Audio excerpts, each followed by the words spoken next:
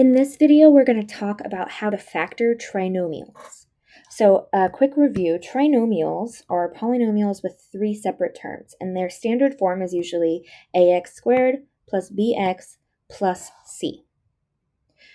Many times when we factor this into its smallest pieces, those pieces are going to be binomials. So we can express many trinomials like this as the product of two binomials.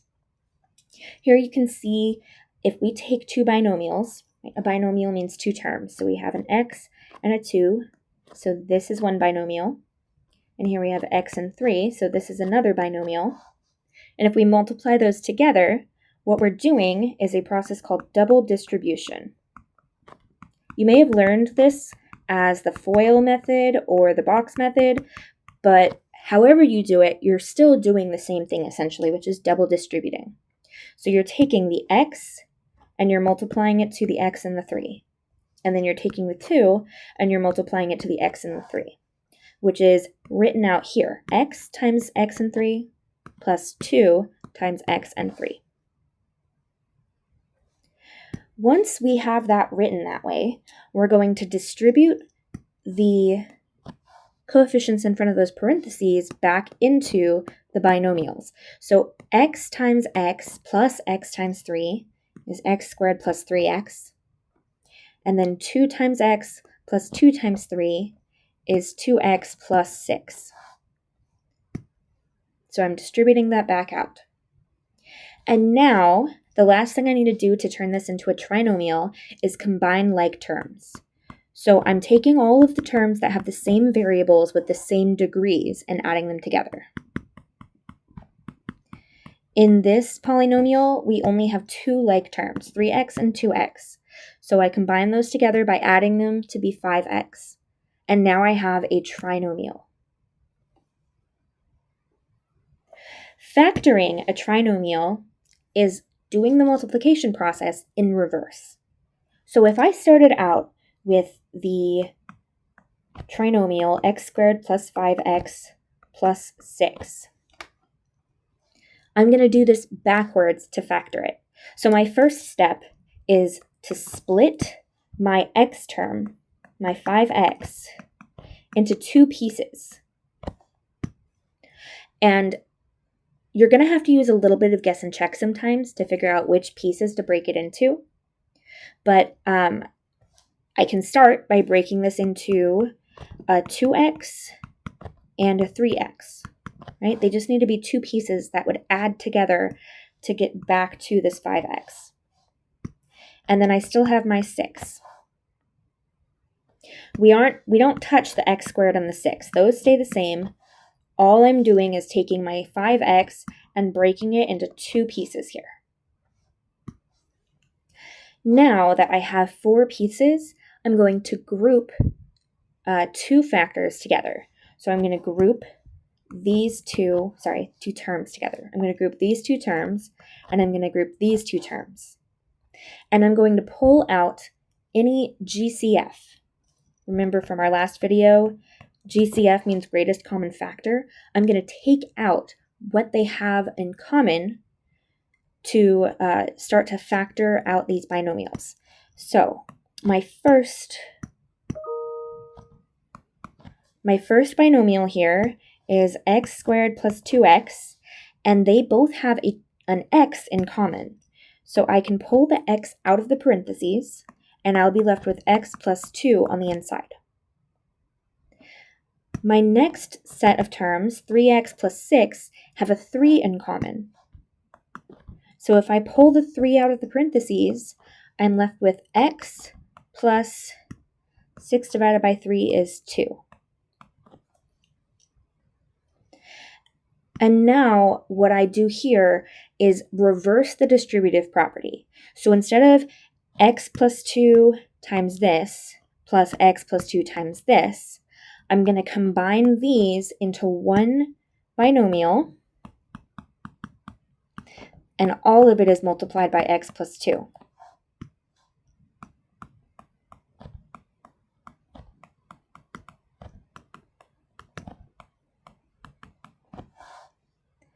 This method of factoring is called factoring by grouping.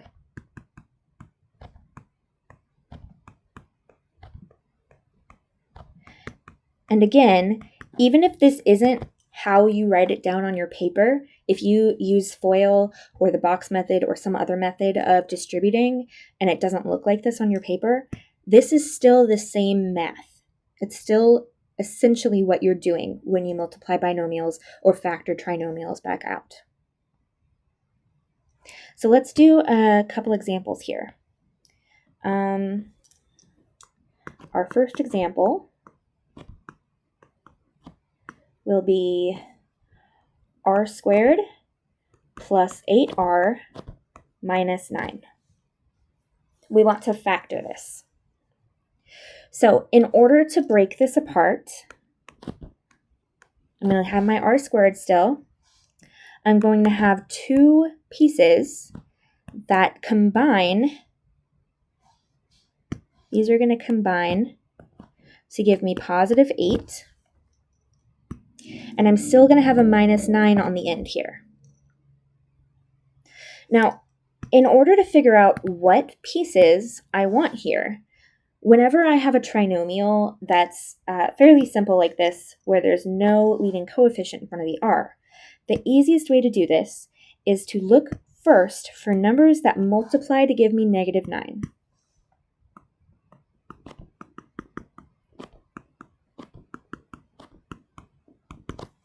So what two numbers can I multiply to get negative 9?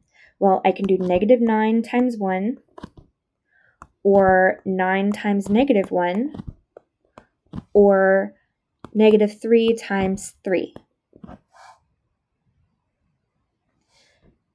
Once I have the factors of negative 9 figured out, now I want to figure out which of them can be combined to give me plus 8.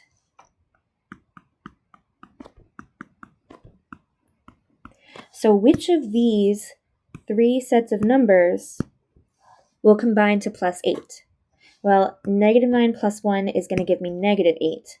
Negative 3 plus 3 is going to give me 0. 9 plus negative 1, that is going to give me positive 8.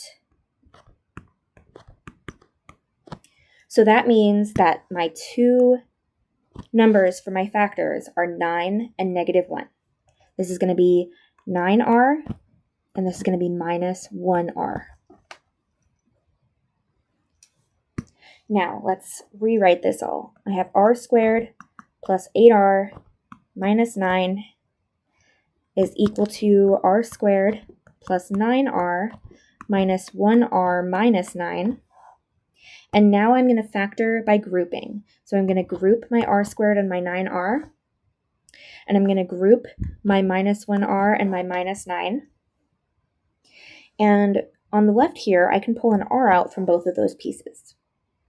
On the right, I can pull out a negative 1. So this is going to turn into r times r plus 9 minus 1 times r plus 9. And now, I know I did this correctly because I have the same binomial inside here, and I'm just going to combine those other two terms together into another binomial. So this is r minus 1 times r plus 9. This method works whenever your leading coefficient, that's the a term in our ax squared plus bx plus c, whenever a is 1.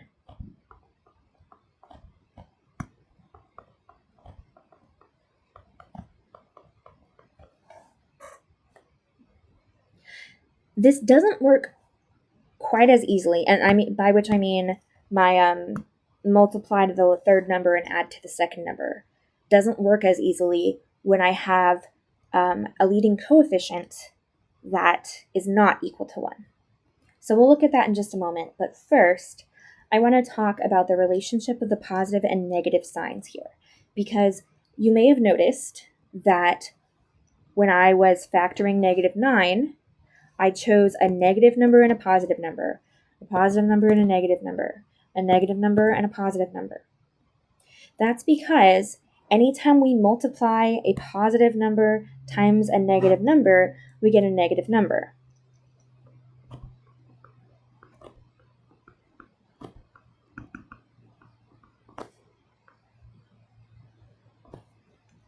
So if I multiply a positive times a negative, I'm going to get a negative number. If I multiply a negative times a positive, I'm going to get a negative number. However, if I multiply a positive times a positive, I'll get a positive number again. And if I multiply a negative times a negative, I will also get a positive number. So the pattern here is that same signs give us positive numbers in multiplication. And different signs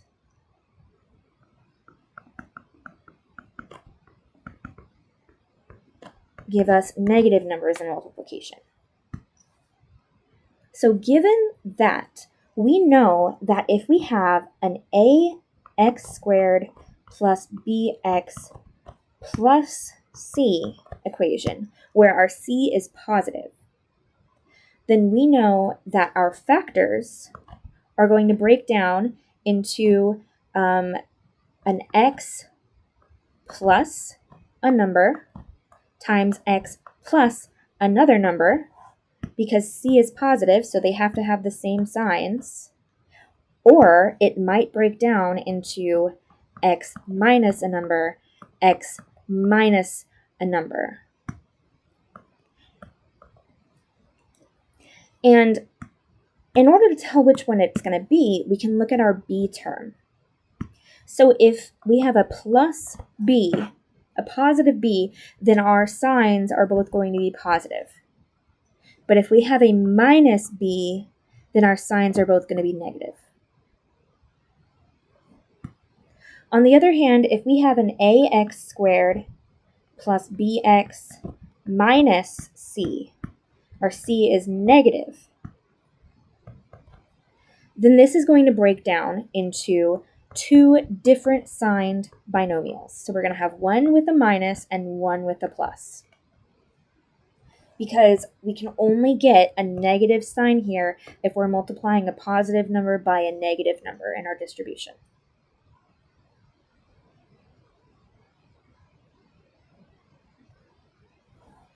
So now let's talk about multiplying or factoring trinomials when a is not equal to 1.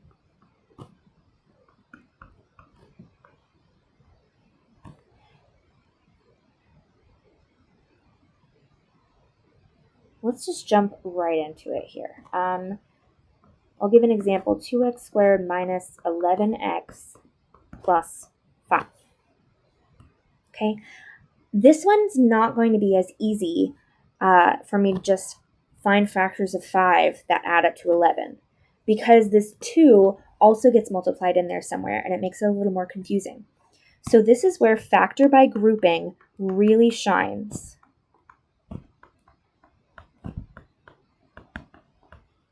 However, note, some guess and check will be needed.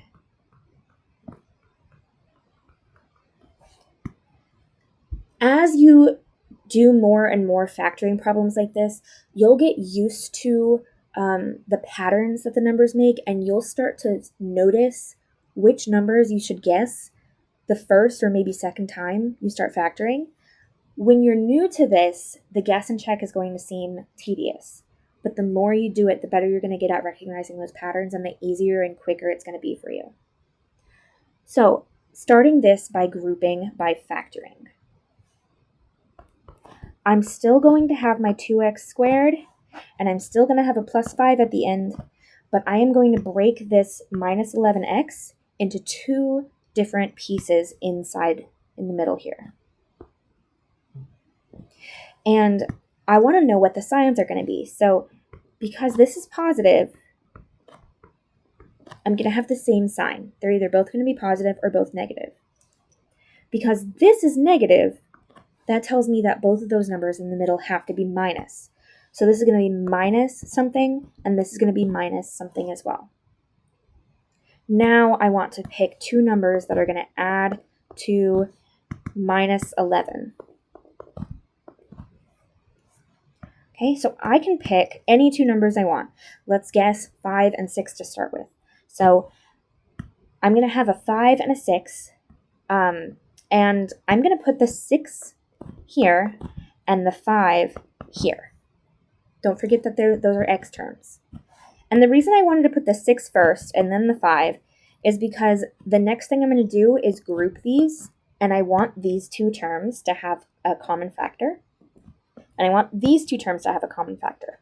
So these have the 5 in common, and these have a 2x in common.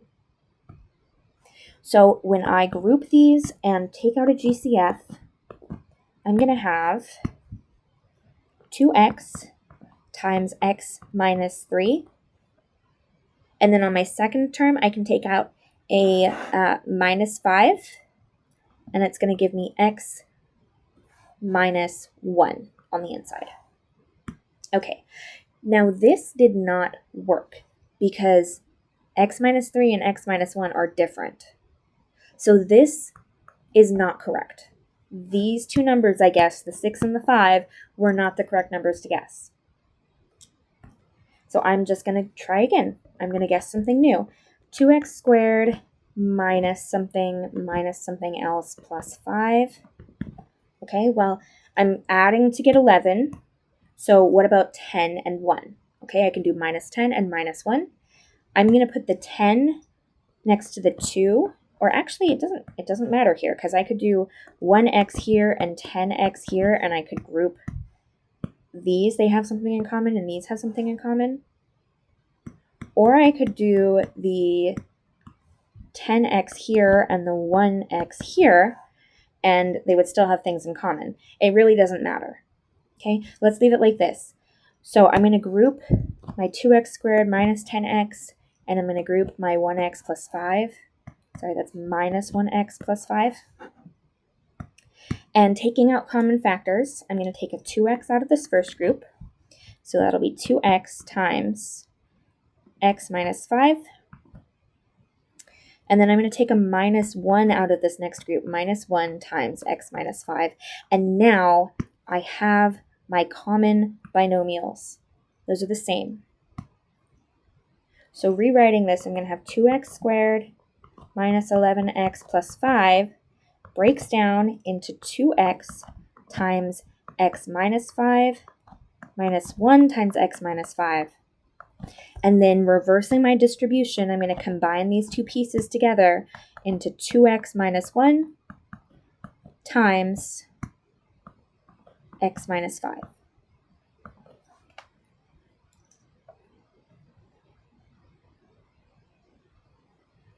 Let's do one more example. 6x squared minus 17x minus 14. Okay, factoring by grouping, I'm going to keep the 6x squared, and I'm going to keep the minus 14 back here, but I want to break minus 17 into two pieces. Okay, and I need them to have different signs this time because that's a minus 14. So I'm going to have one plus and one minus.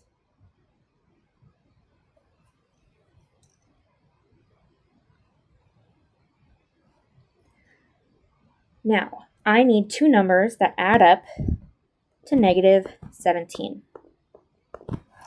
And I would like to choose numbers where one of them has something in common with 6x, and one of them will have something in common with 4. Okay, and these are going to have different signs. So, because they're going to have different signs, I'm basically going to end up having something here minus something else here gives me 17. So one of these numbers is going to be bigger, and one of them is going to be smaller. So I'm going to choose 21x and 4x, okay? Because minus 21x plus 4x gives me negative 17. And those are good numbers because 21 and 14 both are divisible by 7, and 4 and 6 are both divisible by 2. So, rewriting this with my grouping, I'm going to have 6x squared plus 4x. I can pull a 2x out of each of those. And then over here, minus 21x minus 14, I can pull a minus 7 out of each of those. So this will turn into 2x times x squared divided by 2x is going to be 3x. 4x divided by 2x is 2 minus 7 times, right, I took my 7, I put it there, and now this divided by negative 7 is 3x, and this divided by negative 7 is 2, positive 2. Now I have matching binomials, and I'm just going to group these together, reverse distribute it, so I will get 2x minus 7 times 3x plus 2. And I am done.